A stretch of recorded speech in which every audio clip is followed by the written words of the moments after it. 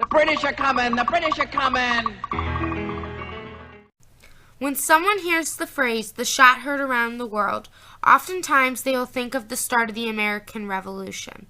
But to be honest, there is a lot more to that phrase than the American Revolution.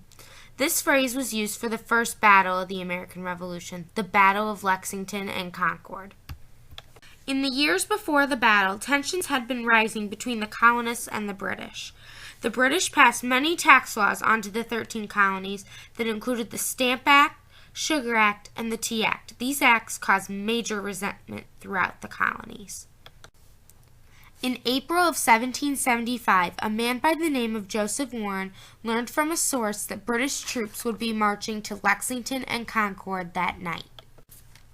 Warren sent out two individuals, Paul Revere and William Dawes, by horse to alert residents in Lexington and Concord.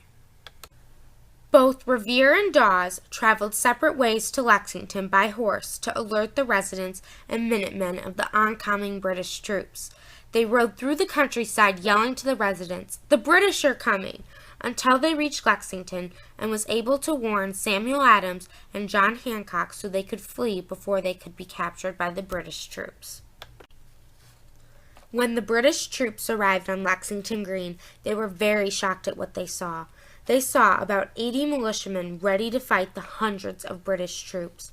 As both troops were lined up staring at each other, it is not known where the shot came from, what side it was on, or even if it was a shot, but it caused both sides to start shooting at each other. When the smoke finally cleared, there was 8 dead on the colonist side and 1 dead on the British side. After the British got a somewhat victory, they marched on to Concord. As they were marching, the citizens of Concord moved out almost all of their weapons from their supply building before the redcoats would arrive. When they did, they set fire to the building with all the supplies that were left inside. Just outside of Concord was the North Bridge. The British troops were guarding the bridge, while other troops were burning the military supplies. As colonial troops saw the smoke rising from the center of Concord, they headed towards the bridge, where they ran into the guarding British troops.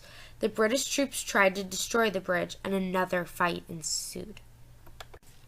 When retreating from Concord back to Boston, many colonial militiamen hid along the path the British troops were taking and hid behind trees, bushes, and brick walls, and fired upon the British soldiers, killing many and causing mass confusion between the troops all the way back to Boston.